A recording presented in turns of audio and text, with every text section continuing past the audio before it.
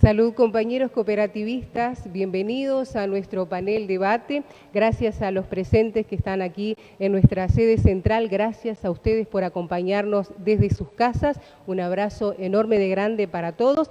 Recuerden de poder compartir también a los demás compañeros, el enlace, ¿sí?, a sus vecinos, a sus amigos, para que podamos entre todos disfrutar de esta exposición, de este panel, en el cual se va a estar desarrollando ahora en este momento. Así que, invitación planteada, compartan el enlace para que podamos aumentar aún más nuestro nivel de comunicación con ustedes. Vamos a darle la bienvenida y el agradecimiento a nuestros invitados especiales, nuestro asesor de FUCBAN, el ingeniero Benjamín Nahum. Muy buenas tardes, ingeniero. La doctora y magíster en Derechos Humanos y Políticas Públicas, la doctora Valeria España, y Graciela Dede, asesora de Derechos Humanos en la Organización Nacional de las Naciones Unidas. Así que bienvenidos a los tres, gracias por estar presente. En este panel vamos a estar hablando de algo que ya FUCBAN viene desarrollando a través del Departamento de Comunicación, que es sobre un tema bien específico sobre la vivienda, el derecho a la vivienda y lo que le hemos denominado como campaña, la vivienda es un derecho y no una mercancía. En ese sentido, entonces, le vamos a pedir al ingeniero Benjamín Nahum que, bueno, nos comente sobre esta opinión. ¿Qué le parece? ¿Por qué considera usted de que la vivienda es un derecho y no una mercancía? Bienvenido. Bueno, buenas noches a todas y a todos. Realmente es un gusto estar en esta actividad por el tema y por las compañeras que están en el panel. Yo tenía preparada una presentación, creo que es el caso de los tres panelistas, que tiene que ver con las preguntas que formula Gabriela, quizá en otro orden. De manera que, si te parece bien, desarrollo la exposición y ahí van a aparecer las respuestas a esta pregunta y a las que vienen después. Bueno, yo en realidad también pensaba que el orden no iba a ser ¿verdad? Porque voy a hablar quizá de cosas más puntuales que las que me imagino que van a hablar una abogada, una jurista como Valeria y una arquitecta como Graciela.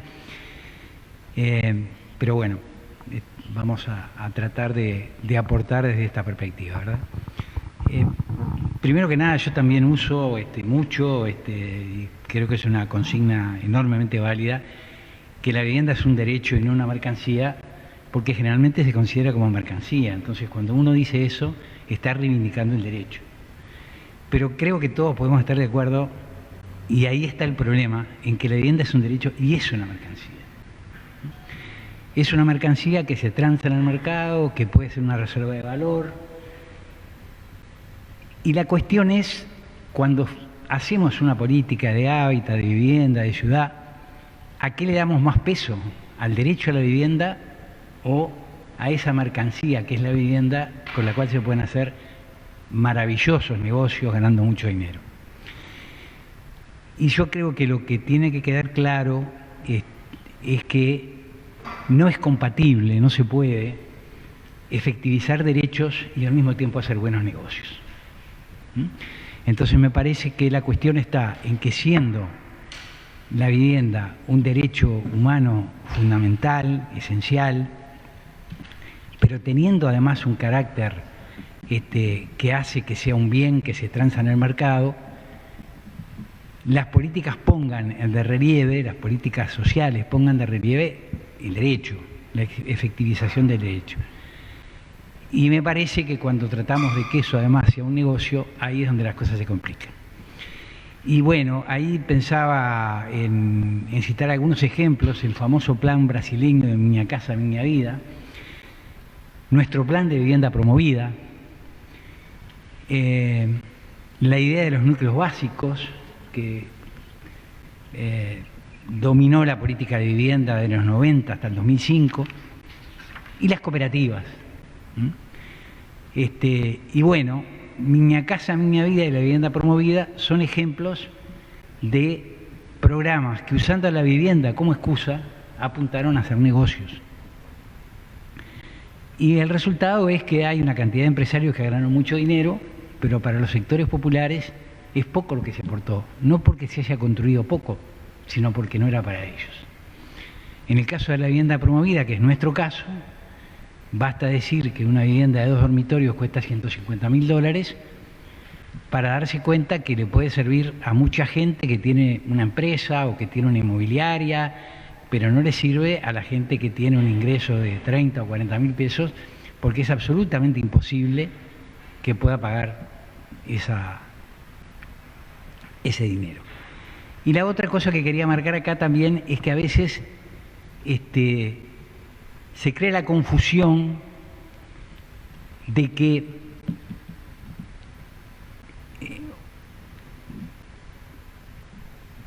los programas que se apoyan en empresas constructoras son fuente de empleo, y los programas de producción de vivienda social, entre los cuales las cooperativas, pero no solo las cooperativas, la autoconstrucción, otras modalidades, crean mucho menos empleo, crean poco empleo, no crean empleo. Y eso no es así, porque aunque es cierto que cuando la propia gente trabaja en la construcción de su vivienda está aportando una mano de obra que en el caso de las empresas se le paga a un obrero, como hay que gastar el doble de plata para producir una vivienda por la vía mercantil que la que se gasta o se necesita para producirla por la vía social, en definitiva la ocupación a la que se llega es la misma. De manera que si queremos crear empleo, produzcamos viviendas. Crear empleo no es sinónimo de hacer viviendas a través de empresas constructoras.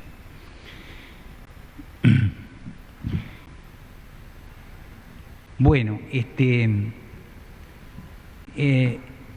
yo acá pretendía recordar, que lo sabemos todos, que en este tema, en la ciudad capitalista, se produce una concurrencia, que a su vez es una oposición en ciertos planos, dialéctica del mercado, el Estado y la población, que cumplen prácticamente todas o casi todas las funciones, pero con una lógica distinta. El mercado con una lógica de lucro, y esto no es demonizar a nadie. Los empresarios tienen empresas para ganar dinero, no para hacer beneficencia. Eso no los convierte ni en buenos ni en malos, los convierte en empresarios. El Estado tiene una función social, se supone que hay una lógica de interés colectivo. La cuestión es que el hecho de que esa lógica sea la que efectivamente se aplica o sea otra, depende de la ideología, depende de la clase social, depende de una cantidad de cosas que en definitiva son la política. Y la población termina haciendo lo que los otros no quieren o no pueden, con la lógica de la necesidad, porque en algún lugar hay que vivir, y si al mercado no llego y el Estado no mira para dónde estoy, lo tengo que resolver yo mismo. Bueno, acá me voy a meter un minuto nomás en el campo que no es el mío, pero me gustaría destacar esto que se maneja habitualmente, pero a veces no se ve la diferencia que tiene entre lo que dice la Constitución del derecho a la vivienda y lo que dice la Ley de Vivienda del derecho a la vivienda. La Constitución habla de que todos habitantes de la República tienen derecho a gozar de vivienda decorosa. La ley propenderá a asegurar la vivienda higiénica y económica, facilitando su adquisición y estimulando la inversión de capitales privados para ese fin. O sea, hay una declaración, la palabra propender, que es una palabra que a mí me molesta particularmente porque es una palabra que no tiene compromiso, y en definitiva termina apareciendo al final los capitales privados. ¿Cómo vamos a hacer esto? Bueno, vamos a tratar de que los capitales privados se ocupen. La ley de vivienda, en cambio, dice que toda familia, cualesquiera sean sus recursos económicos, debe poder acceder a una vivienda adecuada que cumpla el nivel mínimo habitacional definido por esta ley. Es función del Estado crear las condiciones que permitan el cumplimiento efectivo de este derecho. este artículo que dice muchas cosas muy, muy valiosas, dice una que es fundamental, que es función del Estado, que el Estado no debe propender a nada, el Estado tiene que hacer esto, el Estado tiene que ser responsable. ¿Qué timbre hay que tocar? El timbre del Estado, es su obligación. Bueno, esto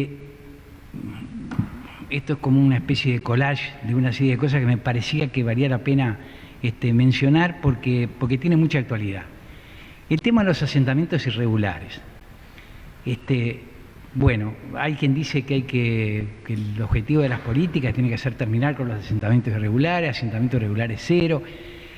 Bueno, para entender cuál es el objetivo, la primera cosa que hace falta es advertir, es recordar a qué se llama asentamiento irregular. Y cuando decimos que hay 650 o 600 o que había 400 o lo que sea, nos referimos siempre a la definición del INE. Y la definición del INE dice que los asentamientos irregulares son agrupamientos de más de 10 viviendas ubicados en terrenos públicos o privados, construidos sin autorización del propietario, en condiciones formalmente irregulares, sin respetar la normativa urbanística. A este agrupamiento de viviendas se le suman carencias de todos o algunos servicios de infraestructura urbana básica, en la inmensa mayoría de los casos, donde frecuentemente se agregan también carencias o serias dificultades de acceso a servicios sociales. O sea, la condición necesaria es que el terreno sea ocupado, que no sea propiedad de la familia que está viviendo ahí. Eso es lo que define qué es un asentamiento irregular. Lo otro es accesorio, en la inmensa mayoría de los casos. Entonces, asentamiento irregular cero, ¿qué significa? Bueno, vamos a tener asentamiento irregular cero cuando toda la gente viva en un terreno sobre el cual tenga algún derecho. Si es la propiedad, mejor todavía. Entonces, ¿esto es lo más importante del tema? ¿O es la precariedad? La precariedad que ni se menciona en esta definición, porque hablamos de infraestructura, pero de las carencias de la vivienda, de que esté hecha con materiales precarios, de que no tenga servicios dentro de la vivienda, de todas las cosas que están perfectamente definidas en la vivienda, no se mencionan. Entonces, es otro aspecto sobre el cual hay que llamar la atención, ¿verdad? Cuando estamos hablando de asentamientos irregulares, ¿dónde estamos poniendo el foco también? Bueno, otro tema, la ocupación de tierras y la usurpación, que es lo que queremos eliminar con el asentamiento irregular cero. Bueno, la ocupación puede ser un negocio también, y desde la derecha se plantea esto como la cuestión fundamental. Los ocupantes son unos vivos que ocupan y después van a vender ese terreno que ocuparon. Pero resulta que la ocupación es fundamentalmente una respuesta a eso que decíamos al principio, que no hay soluciones por otro lado. Y esto era considerado así durante mucho tiempo, y tan considerado así era que en el año 2008 la Ley de Ordenamiento Territorial y Desarrollo Sostenible estableció que un ocupante con fines de vivienda para sí, para su familia, que durante 5 años actuara como poseedor, podía prescribir la propiedad de ese bien. Un año antes se había resuelto que era delincuente y que se lo podía poner en la cárcel. Esto es una historia que sería interesantísimo contar, pero no hay tiempo. Surgió a raíz de la ocupación delictiva, sin ningún tipo de duda, de Yalés en Punta del Este. Para evitar eso y para no asustar a los turistas, se hizo una ley que estableció que eran delincuentes todos aquellos que ocupaban, incluidos los que ocupaban sin ningún tipo de violencia ni nada que se le parezca, y lo hacían por necesidad. Esta ley es una vergüenza para el Uruguay. Tenemos que derogarla cuanto antes. No hay ningún movimiento para hacerlo. Bueno, la otra cuestión. Yo le puse acá el derecho en tiempos de la pandemia, ¿verdad? Cuando empezó todo este gran problema de la pandemia, la consigna era quédate en casa, para que se evitaran los contactos y se evitara el contagio. Pero ¿en qué casa? Para quedarse en casa hay que tener una casa, y esa casa tiene que tener condiciones que hagan que no sea peor quedarse en la casa que enfermarse de COVID-19. Entonces, aparece como una de las formas de combatir la pandemia, la expansión de la pandemia y otras enfermedades peores que la pandemia, el problema de la vivienda. Bueno, ahora que tenemos este tema de la pandemia, ¿qué es lo que hacemos? Reducimos los recursos del plan quinquenal por lo menos en un 10%. Y reducimos además las condiciones de la vivienda. El presupuesto que entró al Parlamento hace pocos días establece que para la regularización de los asentamientos, para llegar a ese famoso asentamiento cero que se persigue, se autoriza a pasar por encima de los instrumentos de ordenamiento territorial para transformar suelo rural en suelo urbano y por encima de toda otra normativa legal sobre fraccionamientos, cesiones y edificaciones. Quiere decir que vamos a regularizar cualquier cosa. Está muy bien este tipo de operaciones, si no hay flexibilidad se hacen muy difíciles, pero una cosa es que haya más flexibilidad y otra cosa es que no se respeten disposiciones que hacen a la vivienda adecuada, de la que habla la Constitución y de la que habla la ley.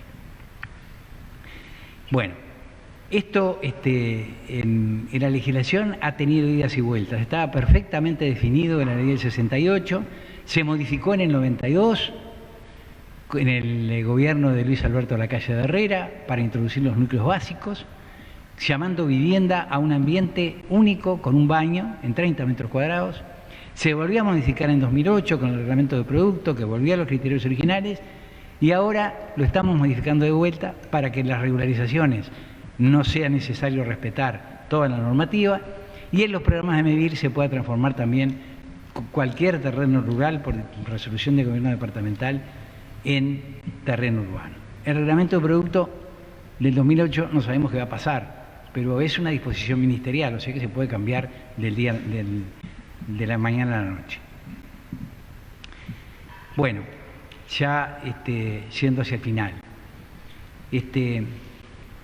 Yo quería, teniendo en cuenta quién es que convoca esta charla debate, la organización que nuclea a las cooperativas de ayuda mutua de usuarios del Uruguay, referir que de alguna manera el cooperativismo es una luz en este camino y que plantea algunas cosas que desde algunas ideologías pueden parecer como herejías, pero que son la base de este modelo. La primera es la solidaridad. En una sociedad en la que se predica el consumismo, el individualismo, el cooperativismo junta a la gente para avanzar los obstáculos. La segunda es la propiedad colectiva, que es la que hace que se persiga realmente la satisfacción del derecho y no el concepto de la vivienda mercancía. La tercera es la autogestión. Es decir, que como dice la conocida frase artiguista de que nada tenemos que esperar sino de nosotros mismos, que la gente se empodere de que es a través de su propia lucha que va a llegar a las soluciones. Bien. Y la cuarta es el crédito y el subsidio público, o sea, reconocer lo que decíamos al principio y lo que la ley plantea con mucha claridad, que es el Estado el responsable de aportar las soluciones. Bien. ¿Alguien puede entender que esto es un modelo contra cultura?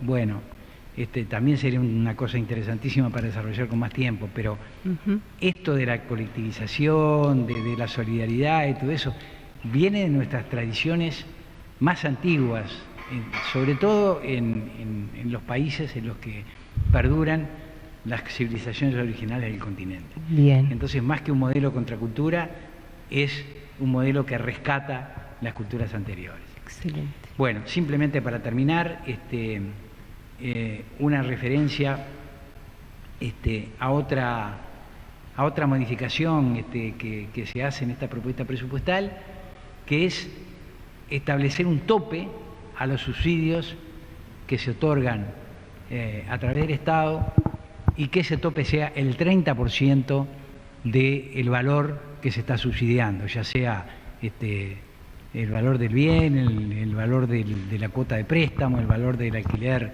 que se subsidia, etc. Esto, el presupuesto dice que se va a aplicar solamente en los proyectos que se financien a través de un fideicomiso que se constituye por el presupuesto. La ley de vivienda que rige actualmente no habla de que es solamente para algún tipo de programa, es para todos los programas. O sea que por lo menos se está haciendo una derogación parcial.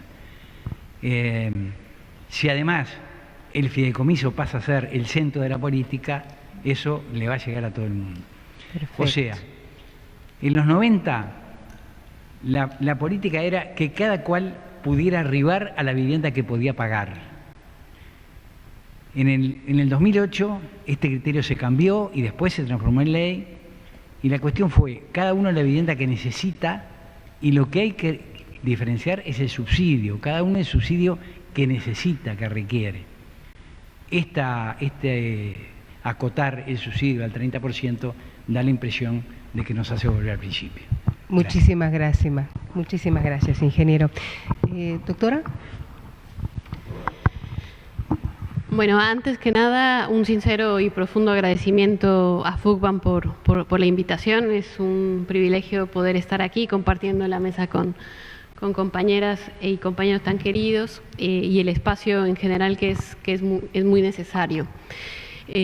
Sobre todo porque estamos atravesando un momento bastante complejo que para poder contestar esa pregunta es necesario visibilizarlo. Por varias razones, pero me detendré en dos. La primera tiene que ver con que nuestra democracia constitucional está en riesgo. La segunda tiene que ver con que estamos en un momento de una profunda criminalización de la pobreza y de mercantilización de la vida. En ese sentido, es necesario plantear que estamos en un momento donde se está cuestionando la pertinencia del discurso de los derechos humanos, con expresiones como, por ejemplo, que la protección de derechos fundamentales es un capricho zurdo, como lo ha manifestado Iturralde, lo ha manifestado Larrañaga, lo ha manifestado Manini. En general, la coalición muestra un desprecio profundo hacia la protección de los derechos fundamentales, visibilizando como si esto fuera exclusivamente una reivindicación asociada a la izquierda social y invisibilizando su pertinencia como la base fundamental de la democracia. Eso por un lado es importante plantearlo, porque de alguna manera lo que vemos con estas afirmaciones es que los derechos humanos amenazan y vulneran lo que Ferrajoli ha llamado los poderes salvajes, ¿no? Los poderes salvajes son aquellos que suelen crecer de la mano del dinero y del control ideológico y mediático, y porque de alguna manera lo que se visibiliza es que hay un interés profundo en que no seamos ciudadanas y ciudadanos y personas, sino que seamos súbditos y clientes, ¿no? Y que de alguna manera eso es lo que visibiliza por lo menos las expresiones y las acciones que han hecho en estos últimos meses el nuevo gobierno. Por lo tanto, bueno, cuando hablamos de vivienda y nos posicionamos políticamente, como lo mencionaba Benjamín, como un derecho, en realidad lo que estamos visibilizando es una disputa que existe en relación a los derechos fundamentales y los derechos patrimoniales, ¿no? Históricamente lo que se ha visto es, no es una disputa nueva, claramente, hay una confusión profunda que se hace en relación a un derecho patrimonial y a un derecho fundamental, y este equívoco teórico, si se explica, se visibiliza por qué tendría que considerarse la vivienda como un derecho fundamental. Primero, porque es indisponible, y esto significa que está sustraído tanto de las decisiones de la política como del mercado. Eso tendría que ser el deber ser, digamos, porque con la explicación que nos daba Benjamín, lo que visibilizamos es que estamos en un momento donde se ha avanzado en términos de reconocimiento de derechos como una cultura de derechos que se ha consagrado en los últimos años a partir de la internacionalización, el reconocimiento a través de convenciones internacionales, y a su vez hay un componente de protección de los derechos fundamentales en nuestra normativa. Pero la gran dificultad que estamos teniendo no es ni reivindicar la idea de la vivienda como un derecho o hablar de su reconocimiento normativo, sino del vehículo que nos falta, que es la brecha de nombrar un derecho y poder vivirlo. Es entonces el acceso a la justicia, ¿no? Estamos invocando la existencia de un derecho, pero lo que está faltando para que esto sea efectivamente un derecho vivido y por lo tanto un derecho conquistado es que aquellas personas que ven vulnerado su derecho, ya sea por la acción de privados o por la acción del propio Estado, a través de expresiones no solamente que no existan políticas públicas o que no haya un presupuesto adecuado para la protección de ese derecho, sino también por acciones como pueden ser los desalojos que suceden sistemáticamente en nuestro país y que a pesar de que atravesamos la crisis sanitaria más importante de nuestra civilización en los últimos años, no pararon los desalojos y por lo menos nos enfrentamos no solamente a desalojos por la vía civil, sino también la criminalización sistemática de la pobreza y de la ocupación, justamente por otro equívoco que existe hoy y que también mencionaba Benjamín, que es la confusión entre el delito de usurpación y la ocupación, ¿no? Al momento de hacer esa modificación tan sustantiva con la ley 18.116, lo que se generó es que, por un lado, se reconozca el derecho a la prescripción positiva, se reconozca el derecho a ocupar pacíficamente y al mismo tiempo se criminalice esa ocupación. Y por lo tanto, justamente en esta disputa, no solamente en la vivienda como un derecho, también tenemos que disputar lo que tiene que ver en relación a el ejercicio abusivo de la propiedad, lo que tiene que ver con la criminalización de la pobreza y lo que tendría que ver con que no existan mecanismos normativos como es esta ley tan terrible en la cual se le da herramientas a supuestos propietarios, porque muchas veces no acreditan la propiedad, para denunciar a las personas que están autotutelando su derecho a la vivienda. La presentación en realidad traía algunas imágenes que tienen que ver con las cicatrices que nos deja, capaz que es desde una mirada muy montevideana, porque soy muy montevideana, pero que ha dejado en la ciudad justamente la existencia de estos desalojos de los cuales yo hablaba. Y que de alguna manera, capaz que me adelanto a una de las preguntas que va a estar planteada, pero por lo menos dejo las imágenes, que tiene que ver con la necesidad de visibilizar que los desalojos son graves violaciones de derechos humanos y crímenes urbanos también, por lo menos en este caso, donde también desde las organizaciones sociales, desde el movimiento popular, lo que hemos tratado de hacer es que no quede invisible para quienes habitamos esta ciudad la existencia de este tipo de situaciones que se dan de manera permanente y por lo tanto hemos tratado de articular, generar jornadas con familias que estaban prontas a ser desalojadas y acompañar igual el momento de lanzamiento para que quienes se consideran auxiliares de la justicia, y lo digo entre comillas, porque en realidad lo único que hacen son los carcerberos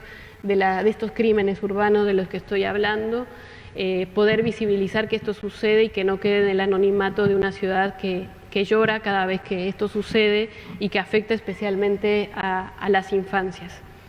Y bueno, en ese sentido hemos tratado voy pasando rápida de las imágenes, pero hemos tratado de dar cuenta de estos hechos. Muchas veces estos desalojos ocurren utilizando las herramientas del derecho civil, pero últimamente y como un coletazo a partir de las acciones que se han hecho para la recuperación de inmuebles abandonados en la Ciudad Vieja y en el centro, lo que también hemos identificado es que se utiliza el derecho penal como otra vía para presionar, no porque tenga un efecto jurídico, sino que tiene un efecto simbólico en las familias que deciden abandonar el inmueble con tal de no ser procesadas, y que puede suceder que haya personas que en algún momento que eventualmente puedan tener el riesgo de ser procesadas con prisión y por lo tanto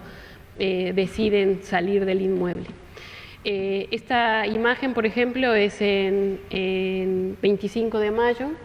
Se desalojó este inmueble 3 veces el mismo año con diferentes personas. Esta foto es muy representativa de los engranajes de este sistema funcional a la especulación inmobiliaria. Aparecen por lo menos ahí podemos ver a Simonetti, que es el abogado de fue abogado de un testaferro del cuñado de Menem, y lo que vemos es que, por ejemplo, este inmueble también hay muchas sociedades anónimas, muchas de ellas vinculadas al lavado de activos, pero lo que se ve y lo que ocupa en el imaginario de las personas que de alguna manera critican a quienes autotutelan su derecho a la vivienda es que no se ve lo que está detrás, y justamente son muchos de los poderes salvajes que hoy ampara el gobierno que tenemos actualmente, ¿no? Pero identificamos eso, ¿no? Estos engranajes donde aparece la justicia muchas veces como un instrumento para esta especulación y sobre todo para la consolidación de la idea de la vivienda como una mercancía y claramente no como un derecho, porque en la disputa y en las argumentaciones que vemos se invisibiliza la condición de especuladores, la condición de empresas, de sociedades anónimas, y se plantea que hay una igualdad de armas entre vecinas y vecinos y este tipo de intencionalidades de emprendimiento. Y por otro lado también lo que vemos, y que son casos que se han dado incluso algunos durante la pandemia, tuvimos un caso que arrancó, que se logró conseguir una prórroga justo el 13 de marzo, pero hubo otras situaciones de desalojo en un asentamiento ideal, en Flor de Maroñas. Este fue hace 17 días, y lo que vemos ahí es que también sucede lo mismo, ¿no? Se hace una iniciativa judicial, y la brecha de acceso a la justicia se nota porque no existen esas herramientas para poder actuar. Y lo que hace, por ejemplo, la ley de urgente consideración también es que normaliza un procedimiento que ya existía, que son los llamados procesos monitorios, que es lo que habilita los desalojos express también en el caso de arrendamientos. Eso por ahora para problematizar con la pregunta que no vamos a resolver hoy. Gracias. Graciela.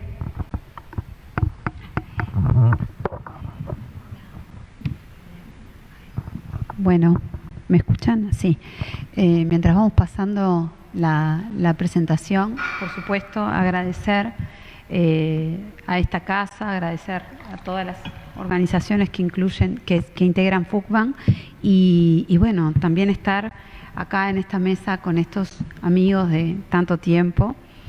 Yo voy a tomarme el atrevimiento de discrepar con una figura mayor de la vivienda, que es nuestro amigo Benjamín Nahum, para decir que para mí efectivizar derechos es un buen negocio. Y voy a explicar por qué. Efectivizar el derecho a la vivienda es un excelente negocio en todo sentido. Y no desde la venta y la propiedad, sino desde los componentes del derecho a la vivienda. Entonces, contarles un poquito.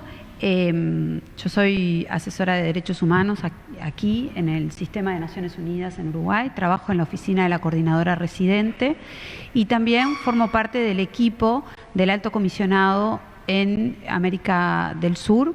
Este equipo lleva temas de derechos económicos, sociales y culturales y por supuesto trabajamos de la mano con los mecanismos de derechos humanos. Y entonces ahí contar un poco desde el punto de vista de la legislación de los derechos humanos, internacional de los derechos humanos, qué es el derecho a la vivienda y por qué es un derecho para todo ser humano, intrínseco, inalienable, y por otro lado es una obligación para el Estado también generar las garantías del acceso a la vivienda. Entonces hemos ido como de menor a mayor. ¿Por qué todo esto tiene que estar pasando? En realidad, los seres humanos han construido y han habitado desde el comienzo de la humanidad. El tener un lugar para habitar es algo que es inherente al ser humano. Y se provea o no se provea, se consiga o no se consiga de modo en el mercado, el ser humano va a tener que habitar en un espacio físico. Tiene que ver con su propia condición, como de respirar. En algún lado las personas tienen que vivir, pero a diferencia de otras cuestiones que tienen que ver con la vida del ser humano, como puede ser sus ciclos reproductivos, también alimentarse, habitar tiene la necesidad de tener un lugar. Si bien muchas personas pueden ir variando de dónde como, dónde trabajo, el habitar necesita, por definición, materializarse en un espacio físico. Y como los seres humanos vivimos en sociedades que han dejado de ser nómadas, el espacio y el territorio pasa a ser un elemento clave para habitar. Y por lo tanto, ese territorio y ese suelo juega un papel fundamental en el derecho a la vivienda. ¿Qué decirles? Que el derecho a la vivienda forma parte ha sido consagrado en instrumentos internacionales de las Naciones Unidas, también los regionales, los instrumentos regionales lo consagran, y lo que tiene que ver es por qué esta definición colectiva de que el derecho humano, de que la vivienda es un derecho humano. Los países no están obligados a formar parte de estos espacios multilaterales, de estos organismos como Naciones Unidas, y han decidido unirse para formar parte de colectividades mayores y hacer acuerdos, contratos, consensos sobre qué significa la dignidad humana. La dignidad humana y toda esta cuestión, si bien ha sido de larga data, después de la Segunda Guerra Mundial, con el nacimiento de Naciones Unidas y en particular con la Declaración Universal de los Derechos Humanos, justamente se trata de empezar a poner sobre papel y acordar entre diferentes partes, entre diferentes estados, entre diferentes grupos, qué significa la dignidad humana y los derechos humanos como garantes de esa dignidad humana.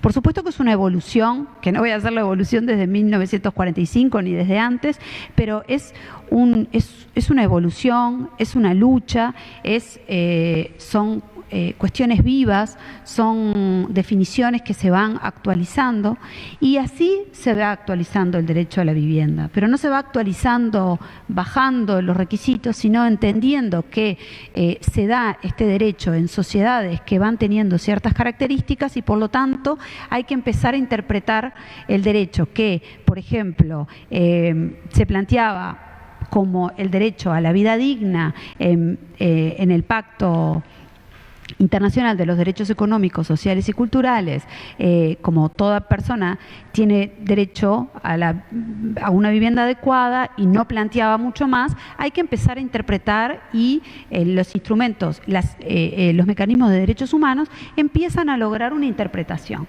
Es así que el artículo 11 del Pacto Internacional es interpretado más tarde, en los años 90, diciendo qué significa el derecho a la vivienda adecuada, qué componente, qué compone este derecho, qué es este derecho, porque si no quedaba muy abierto a la interpretación, a cómo el mercado o el no mercado, cómo los estados lo veían, sin tener una definición clara. Entonces, el concierto internacional, a través de expertos internacionales, deciden en 1991 adoptar una profundización, una interpretación de lo que significa el derecho a la vivienda. Y plantean que aquí hay varios elementos que forman parte de este derecho. Uno de ellos, que es uno de los elementos que más trabaja FUCBAM, es el tema de la seguridad de la tenencia, ¿no? Partiendo de la base que para vivir, para habitar una vivienda adecuada es toda aquella que me permita realizar no solo el habitar, sino que es la plataforma para realizar otros derechos, como el derecho a la salud, a la alimentación, a la intimidad, a otros derechos humanos. Entonces, la seguridad, poder vivir en paz y proyectarse en esa vivienda es una parte sustancial del derecho. Saber que nadie me va a alojar, a desalojar forzosamente. Saber que no van a haber arbitrariedades que hagan que yo no pueda mantenerme en esa vivienda. Ahora, cuando hablamos de seguridad de la tenencia, vamos a ver un poquito después que no significa la propiedad. Significa poder habitar con seguridad y paz. Y por eso es tan importante el ejemplo de FUCBAM, donde la propiedad colectiva, donde la gestión colectiva de la vivienda es una de las bases para la seguridad de la tenencia. Otro de los elementos relevantes tiene que ver con los gastos soportables, gastos asequibles, como lo llaman. Uno no puede tener un ingreso formal o informal y que la vivienda, poder garantizar una vivienda, insuma un porcentaje enorme de ese ingreso. Porque si no, claramente va a tener que buscar alternativas para vivir en otro lugar, en un lugar donde sus ingresos le permitan. Por otro lado, las condiciones de habitabilidad son fundamentales. La ubicación. Ustedes ven que, por ejemplo, no es una casualidad que las personas de menores recursos, la pobreza, en general se ubica en los cinturones de la ciudad, porque son donde las tierras están más permitidas o las ocupaciones llevan más tiempo del desalojo, mientras que en los espacios urbanos, muchas veces por estas cuestiones que explicó Valeria, es más rápido el proceso de desalojo. Entonces, la ubicación también es clave, porque la vivienda con el acceso a los servicios, ¿no? No es solamente tener un techo y una vivienda, sino también poder interactuar, no tener que subvencionar, por ejemplo, con 2 horas de transporte para poder llegar a mi lugar de trabajo. Y eso es un subsidio que hace la persona en su tiempo vital por no poder acceder a una vivienda que quede en un lugar que realmente le permita trabajar y tener los servicios. O no poder, por ejemplo, llegar a servicios de salud. Y luego la adecuación cultural.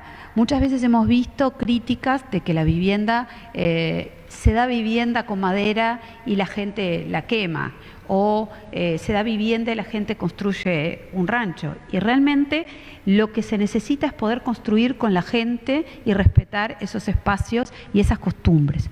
Y esto es fundamental para entender este derecho. No es un derecho simple, es un derecho complejo. Es un derecho que, además de ser la plataforma de generación y cumplimiento de otros derechos, tiene sus complejidades. Por lo tanto, no es tan fácil como decir construyo núcleo básico evolutivo y con eso estoy garantizando un derecho. De hecho, tenemos este ejemplo de los con techo, que fueron personas en Chile que accedieron a viviendas sociales, tenían un techo, pero le faltaba todo el resto de estos componentes y por lo tanto su problema era el techo, justamente. Y estas obligaciones del Estado, Benjamín hablaba de estos cambios de palabras, de lo que era la ley, el artículo 45 de la Constitución y lo que es el artículo 1 de la ley.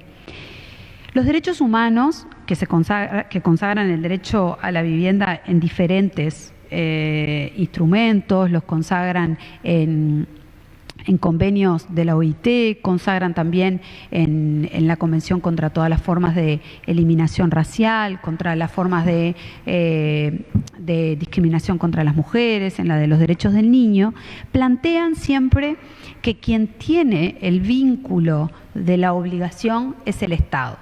Y acá es interesante porque es el Estado en su conjunto, no es el Estado como poder ejecutivo. Y es interesante ver esto porque el Estado, como poder judicial, poder legislativo y poder ejecutivo, tiene que tomar las medidas necesarias para que el derecho se realice. Y aquí hay tres funciones que para nosotros son como la Biblia, que tienen que ver con respetar, proteger y realizar. Para cada uno, creo que no tenemos mucho tiempo, entonces no voy a entrar en cada uno, pero los estados tienen que proteger y tienen que realizar. Y cuando hablamos de realizar, la realización no es solo a través de la ley, sino que tiene que ver a través de la política pública, por ejemplo. Y la política pública, si bien en ningún pacto habla de cuestiones de cómo debe ser la política pública, sí hay elementos que son claros. Tiene que haber asignación de recursos. Y aquí entra también el Pacto de Derechos Económicos, Sociales y Culturales. Se tiene que plantear las prioridades a la hora de asignar recursos de los diferentes derechos. Tienen que poder hacer políticas y medidas que de alguna manera no genere más especulación, porque si mi medida para acceder al derecho genera más especulación que la anterior, entonces no se está cumpliendo con el derecho. Entonces, si bien es importante, y en ese sentido hay que destacar la trayectoria, primero, de respeto y de promoción de los derechos humanos a nivel internacional que ha tenido históricamente Uruguay, porque es un país que ha tenido un trabajo importantísimo. Luego también a la hora de reconocer y plasmar en sus leyes diferentes elementos, ha sido de derechos humanos y en términos de vivienda también. La Constitución significa un avance importantísimo, habla del derecho a la vivienda antes de existir ni siquiera el Pacto Internacional de Derechos Económicos, Sociales y Culturales. El paso de la realización es un paso fundamental para el derecho, como planteaba Valeria. Entonces, todo esto para decir, nuevamente, invertir en derechos humanos, efectivizar en derechos humanos, es un excelente negocio. Efectivizar el derecho a la vivienda es un excelente negocio, es una excelente inversión para el país, porque entre otras cosas ayuda y es la plataforma a partir de la cual otros derechos se están garantizando. Gracias, Graciela. Les quiero hacer una pregunta a los tres en base a la exposición que ustedes han realizado. ¿Cuál es el rol que consideran ustedes que es el rol de las organizaciones populares para tratar de enfrentar precisamente esta mercantilización que se está haciendo con relación a la vivienda? Bueno, yo voy a ser muy breve porque fui muy extenso en la primera parte, ¿verdad? Yo creo que más allá de que estas cosas pueden estar escritas en una cantidad de lugares, de diferente nivel, leyes, constituciones, pactos internacionales, cada vez vamos más arriba y cada vez las palabras suenan mejor. Lo importante es en qué se traducen efectivamente en los hechos, ¿verdad? Un gran amigo, abogado, que fue su director de vivienda en la primera época, me decía que era muy importante distinguir entre el derecho escrito y el derecho real. Y yo creo que la gran misión de las organizaciones justamente es transformar el derecho escrito en derecho real.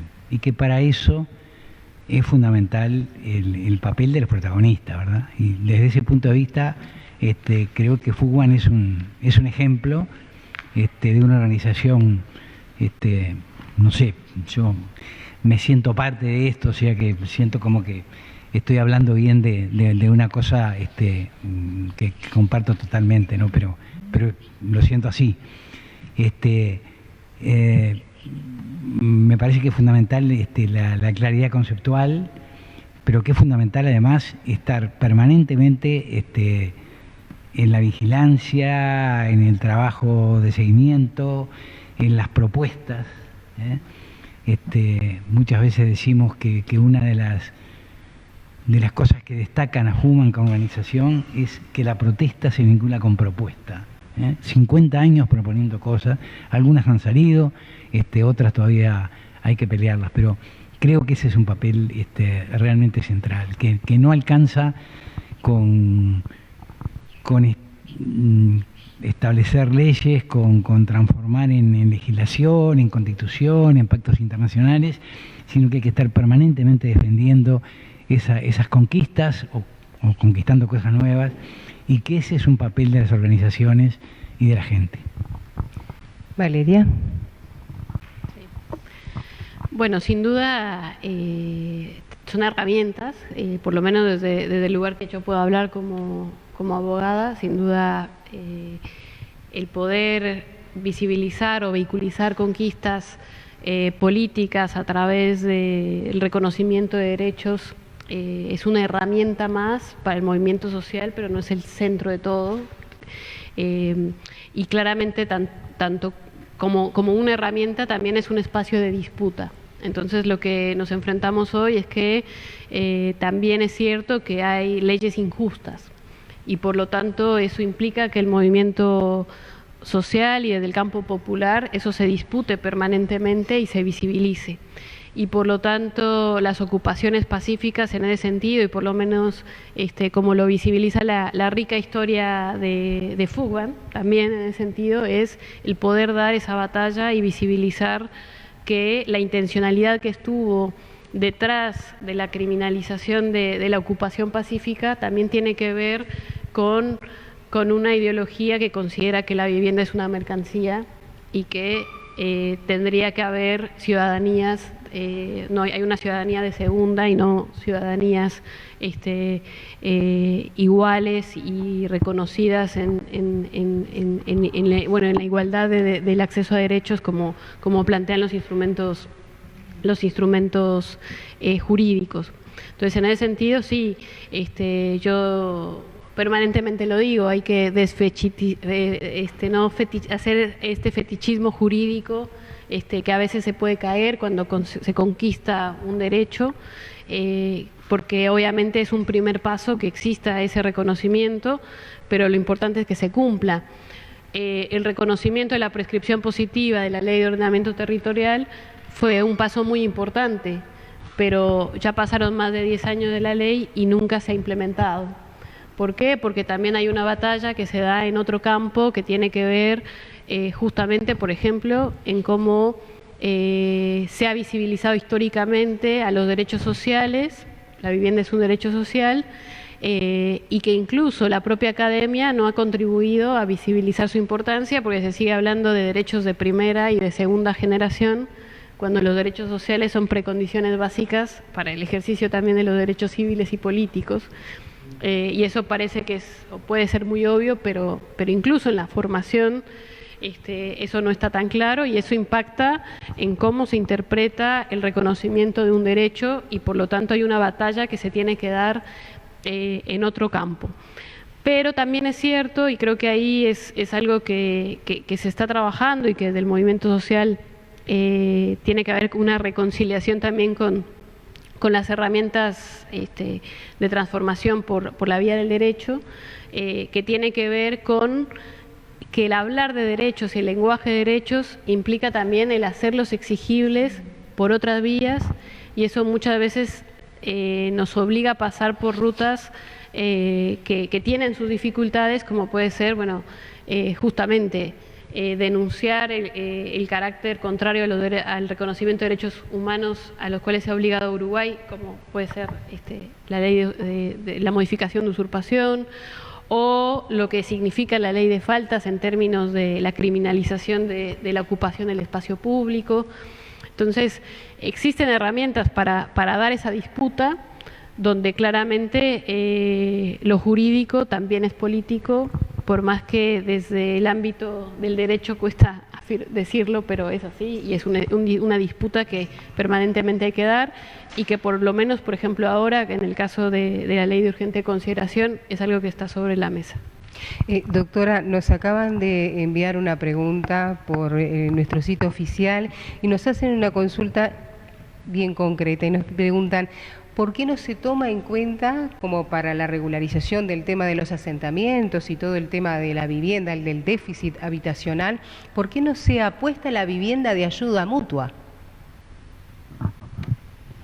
¿Qué pregunta? ¿Sí? Sí, bueno, eso yo creo que digo, lo podemos responder entre todas y todos, pero justamente creo que eso es algo que capaz que respondía en otra pregunta, pero que tenía que ver con que muchos de los planteos que por lo menos en las oportunidades que yo he tenido para tomar la palabra han sido reactivos, ¿no? Han sido denunciar situaciones que suceden y no proponer.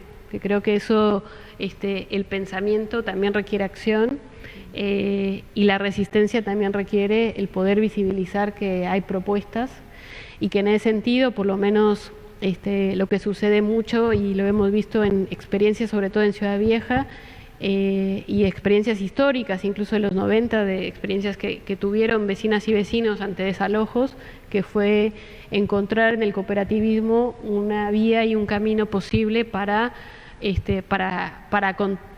resistir y para tener una propuesta no solamente en esa resistencia a ser desalojado, porque la resistencia al desalojo puede ocurrir, pero la permanencia en ese lugar probablemente depende de otros factores y por lo tanto las propuestas son necesarias. Claro. Las propuestas son necesarias y no hay que inventar la rueda, o sea, existe una larga y rica trayectoria en la cual se ha reivindicado como eje fundamental la propiedad colectiva, esto que decía, ¿no? Las 4 herejías que comentaba Benjamín, la ayuda mutua, la solidaridad y la propiedad colectiva, para visibilizar que es una posibilidad, es una puerta para dar una batalla ante una crisis del tema de vivienda que claramente no solamente afecta a Uruguay, ¿no? Perfecto. Gracias. Graciela. Bueno, voy a ir a la pregunta original, que era ¿por qué es importante? Yo creo que es fundamental, no importante. Es fundamental por varios aspectos. En primer lugar, por el derecho a la participación. Cuando las organizaciones, cuando las personas deciden asociarse, organizarse y movilizarse, lo que están haciendo es exigiendo derechos a través de la participación, no solo de la expresión, ¿no? Expresando, sino también el pedir participar y el poder formar parte, y es lo que hace FUCBAM, de la toma de decisiones de la vida pública, y eso forma parte de los derechos fundamentales. Además, creo que es importantísimo porque son, quizás no visto de esa manera, son quienes monitorean, quienes denuncian, quienes ponen sobre la mesa cuestiones que desde la política pública muchas veces no se ve, porque son los sujetos de derecho, son las personas que viven las realidades, ya sea que viven las realidades de la vivienda cooperativa, que es una realidad que para ustedes quizás es cotidiana, pero es una realidad que es un privilegio que Uruguay tiene, un movimiento tan grande de cooperativismo que ha sido y que es el objeto de trabajo en otros países, que FUCBAM ayuda y tiene una cooperación internacional, pero también porque hay otros sujetos de derecho y otras personas que están viviendo violaciones a sus derechos, y que la participación y la asociación es la primera forma de la denuncia. No necesariamente se hace a través de canales administrativos o canales jurídicos. Justamente la movilización es la primera y es como la más básica de las formas de manifestarse. Y porque además también genera solidaridad. La propia movilización es un hecho solidario y asociación de diferentes personas. Creo que justamente si algo se demuestra es que FUCBAM y que el cooperativismo en general lo que puede tener es ese espacio solidario de poder entender que hay personas que están viviendo violaciones de derechos, que están viviendo situaciones, y puede acompañar en su trayectoria, en su lucha, como le llamemos. Este es el caso, por ejemplo, de situaciones que a veces vamos viendo otras aristas de una realidad, como es, por ejemplo, la violencia doméstica, la violencia que viven las mujeres, y que la vivienda y que la COVID lo ha dejado manifiesto, cómo en realidad a veces la vivienda no es un lugar seguro, cómo no es un espacio seguro. Justamente la asociación, los grupos, la movilización por tener justamente un derecho básico como es la vivienda para mujeres que viven y niños que viven situaciones de violencia, es una situación clara donde la movilización, donde la solidaridad, donde la ayuda a través de las organizaciones, sea el cooperativismo, sean otras, es clave para denunciar y para justamente dar apoyo a esas personas que están pasando un momento particular. Y además para exigir, para demandar y para poder, en el mejor de los casos, construir colectivamente políticas junto con los sujetos, junto con los tomadores de decisiones, justo con quienes implementan esas políticas, que sean ajustadas, porque es fundamental que los sujetos, que las personas que viven estos temas estén involucradas en el diseño y que estén participando desde el primer momento en la creación de las soluciones. Y creo que en ese sentido la movilización es otro aporte también fundamental para eso. No, yo quería aportar muy brevemente una respuesta a la pregunta que hacían desde los participantes virtuales, ¿verdad? ¿Por qué no se utiliza la ayuda mutua y el cooperativismo de ayuda mutua como una de las formas de producción de vivienda para que la gente pueda acceder? Y me parece que hay una respuesta clarísima, que es económica, no es negocio. Las cooperativas construimos por $1.000 el metro cuadrado. Los promotores privados venden por $3.000 el metro cuadrado. Sabemos construir mejor que ellos, tenemos más equipamiento, nada de eso en absoluto, todo lo contrario. Entonces ahí sin duda hay un plusvalor que se está apropiando el inversor. Entonces la cuestión es, ¿quién es el que define en qué se van a usar los recursos? Es la política. Si la política lo que pretende es resolver los problemas y efectivizar los derechos, va a recurrir a los procedimientos más eficaces. Bueno, ahí las cooperativas de ayuda mutua y de propiedad colectiva tienen mucho para ganar, pero si la política a lo que tiende es a favorecer a los sectores que de alguna manera son los que los respaldan, la respuesta viene por el otro lado. No es negocio entonces, la ayuda mutua. Benjamín, no es negocio.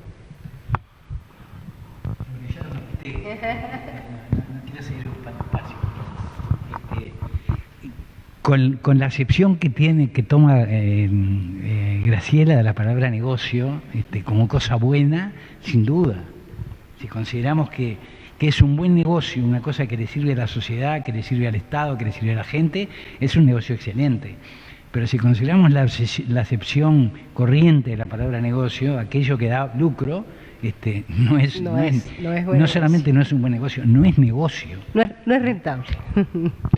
Bueno, les agradecemos muchísimo por haber compartido esta mesa con nosotros, agradecerles por estar participando, agradecerles a ustedes también por estar allí desde sus casas, por habernos acompañado, gracias a los que nos han acompañado aquí desde nuestra sede central. Que pasen todos ustedes muy bien, nos reencontramos en otro próximo panel debate. Que pasen bien.